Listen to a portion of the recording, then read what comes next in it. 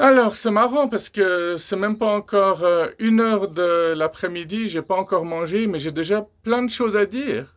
En effet, ce matin, je suis allé boire un café avec une connaissance, et puis à un moment donné, il y a un vieux monsieur qui a commencé à dire: «Eh, dis donc, vous pourriez pas parler moins fort?» Bon, alors déjà, c'était dans un village un peu perdu, donc les personnes qui avaient dans ce café étaient des gens blancs, très blancs, c'était tous des Suisses, quoi, faut dire ce qui est, quoi. Donc je sais pas s'il m'a tout de suite associé étranger, terroriste, fouteur de merde, enfin tous les préjugés habituels. Moi je suis parfaitement conscient que tout ça c'est peut-être juste dans ma tête, mais permettez-moi d'en douter parfois. Ah, tu as ma permission, hein, les autres je sais pas, hein.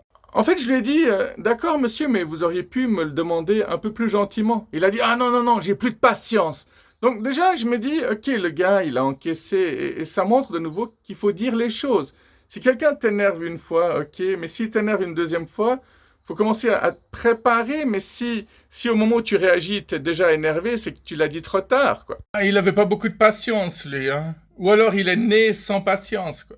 Je lui ai dit simplement d'accord, ensuite j'ai parlé un peu moins fort, et ça aussi j'en suis conscient, je peux parler très fort des fois quand je suis sous le coup de l'émotion, hein. Et généralement j'ai une voix très douce, mais j'ai une voix qui porte pas mal aussi, hein.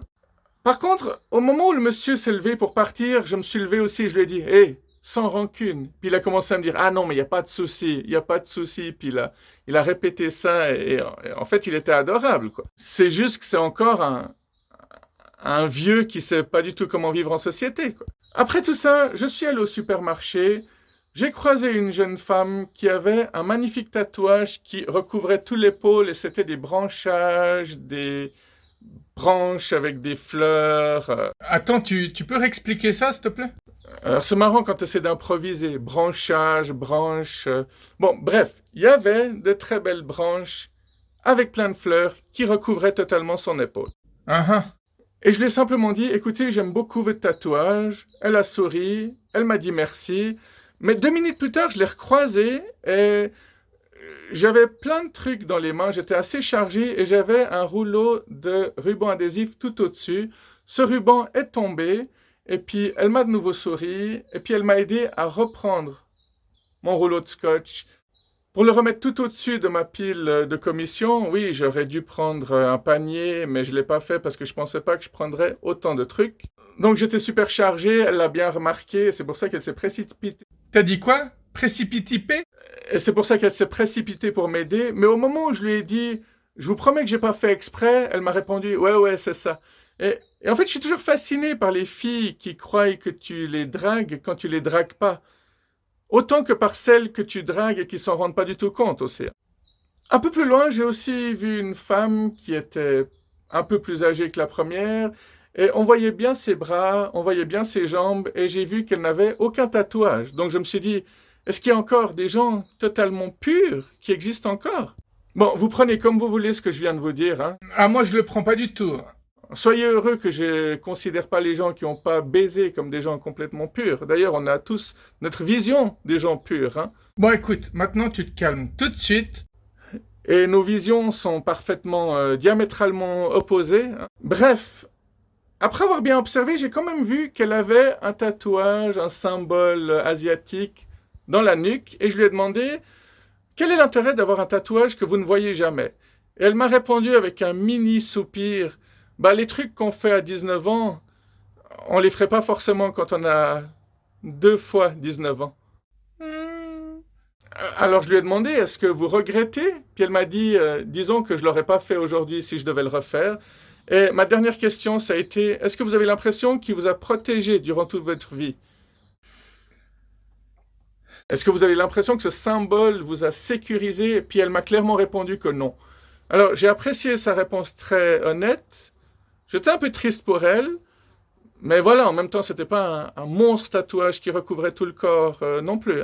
Ah, parce que ceux-là, s'ils regrettent, bah, c'est pas une mince affaire, c'est une toute autre histoire, quoi. Ah, c'est le moins qu'on puisse dire. Et pour finir, lorsque je suis arrivé à la caisse, le mec qui était devant moi a mis la séparation entre mes courses et les siens. Et les siennes. Et du coup, je l'ai remercié. Il a fait un petit signe poli de la tête, mais après j'en ai rajouté. J'ai dit, ouais non, parce qu'il n'y a pas tout le monde qui le fait. Là, il a eu l'air d'assez mal le prendre et j'ai senti une très grande froideur, une grosse distance entre nous, quoi. Et je me suis dit, ça y est, j'ai fait le gag de trop, le mec là, il serait prêt à me péter la gueule, quoi. Et il n'a pas du tout été sympa avec la caissière qui, elle, était très souriante. Et puis, au moment où il est parti, il m'a quand même regardé et m'a dit au revoir avec un petit sourire. Donc, il y a des gens que je comprends vraiment pas, quoi.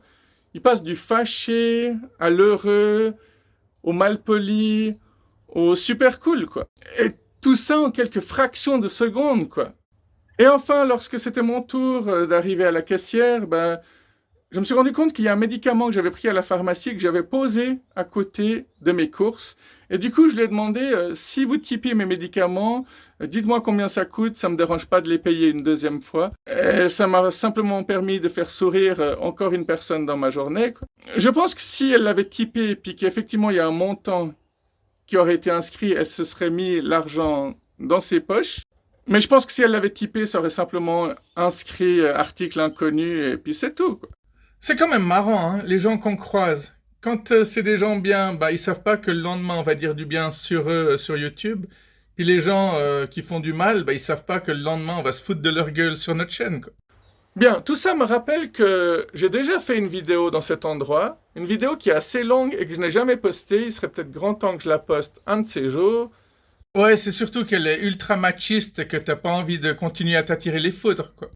Mais en attendant, prenez soin de vous.